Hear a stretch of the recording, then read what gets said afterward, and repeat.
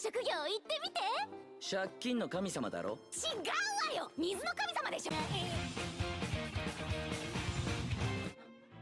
なになに、この私に指芸披露？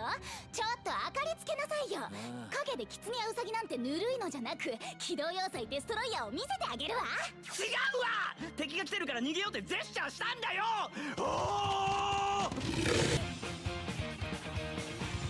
見えちゃう？昼間と変わらないくらいには。前に夜中馬小屋で俺がゴソゴソしてるの知ってるって言ってたけど。何も見てないわよ。ゴソゴソ音がしだしたら反対向いて寝るようにしてたから。って別にお前と一緒にいるからじゃないよな。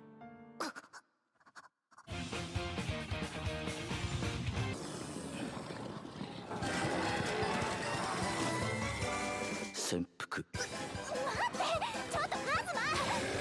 何一人で潜伏してるの？嘘でしょ、悪い冗談やめてよね。ごめん。Yo, peeps, this is Tripl-L, and now let's talk Konosuba, Season 2, Episode 3. So, this is late. This is a bit of a late video.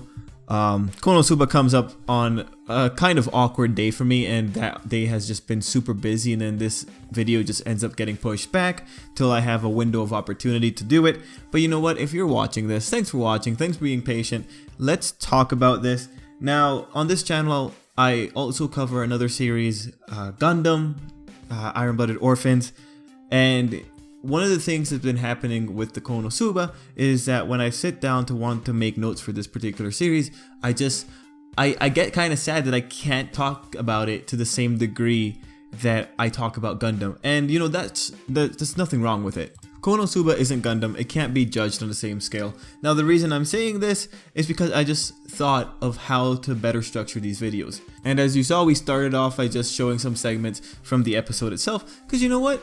Konosuba is a series that, instead of discussing how the story is going or how the story built on itself or looking at anything specifically like that or having a deep analysis of the characters, it's more of a series where you come in to enjoy the jokes, and when the things that you can talk about are whether or not the jokes landed or were executed well, or the character interactions, the interactions between the characters. Because that's one thing that I very much love about Konosuba. It's the way the characters interact, and it's the way the characters portray themselves. And when it comes to this episode, man, I don't know. The joke didn't land for me. The main joke of what Aqua's doing or Aqua's disposition didn't land for me. I actually thought like Aqua was being legitimately cool. And it's like, the episode worked. It worked in making me think for a split second that Aqua's a good person. Well, no, you know what? She is a good person. That she's a useful, you know what? She is technically useful. See, like this. I'm conflicted. Anyway, you had the moments that I really enjoyed at the beginning of the video, but now let's just talk a bit more. And let's talk about the big overall joke or the big overall setup, the reveal that Aqua is a magnet to undead creatures. Now, on a personal level, you know, I was just thinking, wow, yeah, Aqua, do you, man, you're really being useful today. I was right with Kazuma, like, wow, she's really a different person. But then we get the reveal or the punchline that she's doing it because she doesn't want Kazuma to run away.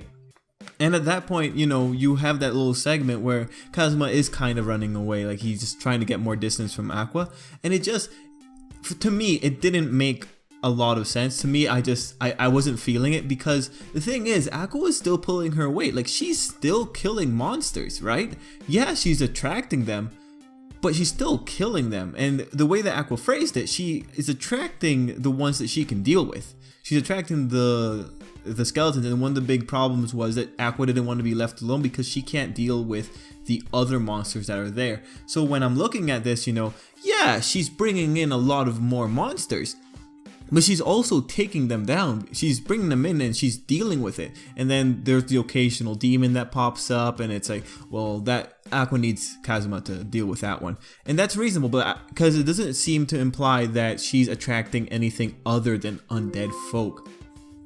So when it comes to it, I'm just wondering, you know, as a video gamer, I would be happy to have a lot of monsters coming my way and then have one party member that can just take them out anyway, and the monsters are coming because of that party member. You know, that's an effective leveling up right there. But I don't know what Kazuma was thinking. You know, Kazuma, his character is a bit more pragmatic, so you have the thing where he's like trying to get away because he feels like he's been slighted, but at the same time, Aqua her presence is creating a zero-sum gain, right? Because she's attracting the monsters, but at the same time, she's taking them out. And a zero-sum game in this particular instance is better than a negative, right? Like, yeah, it's not positive, but it's nice. At least she's still there. And, you know, overall, the main joke, you know, or the main twist being that Aqua was a magnet, I wasn't really feeling the joke the way it was being executed, but that's just a really minor gripe. I just think this is an issue of characterization and Kazuma just not looking at the big picture. Like, I disagree with Kazuma's overall stance on this, because the thing is, Aqua does look really competent in this episode, and, you know, it feels like Kazuma's the one that's pushing for her to remind us that she's incompetent, but it doesn't seem that strong. It doesn't seem like that strong of a conclusion to be pushing us towards as viewers, because we're seeing that she's legitimately doing stuff. And she was also the trigger for another big event in the episode, that being the story of Keel, the lich that we see at the undead, and he's keeping the skeleton of his beloved right there. You know, when I saw the character at first in the episode being alluded to, I really thought, whoa, looks like we're gonna get something serious. But then I love the turnaround when we see his goofy face and that he's just having fun. He tells us his flashback and it's like, yeah, I like that. That's pretty cool, man. That's cool. I didn't expect that. I didn't see that coming. Like, that's nice. And the big thing was that Aqua was the one that stirred him awake. And through Aqua, we also found out that he legitimately did love the skeleton that was laying next to him, and that she passed on to the next life peacefully. And without Aqua, you know, we wouldn't have gotten that little bit of information. And that little bit of information does help make Keel a bit of a pretty nice character to run into. Overall, it was a pretty nice little segment. I really enjoyed that part.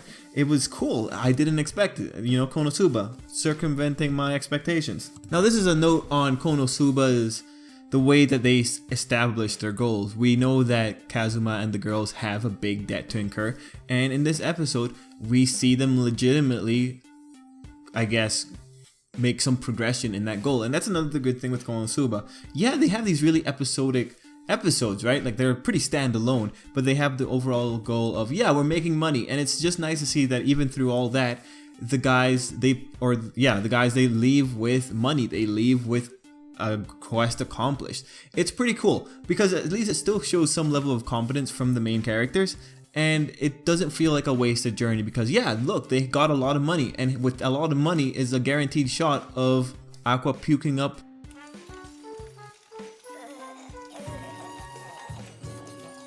rainbows.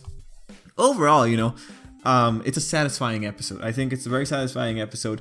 There was progression, there was a nice little twist with Keel, and it was generally entertaining to see Aqua kind of winning me over for a split second, thinking that she's really competent. My whole issue with Aqua's flaw, I guess, in the way Kazuma reacted is because Aqua seemed really competent towards all of that. And, you know, I remember, it's Aqua. No, I shouldn't be feeling like this for her, but she makes me feel this is a very conflicted kind of feeling I got. Anyway, overall, Konosuba, I very much enjoyed it. And for the formal declaration of like what I think was my favorite moment, like in terms of the gag, it was definitely when the guy was thinking that he could use steel too, and he was harassing the maids, or sorry, the barkeeps. That was funny. It was also cool to see Kazuma using his steel again and seeing people actually, I guess, cheering him on.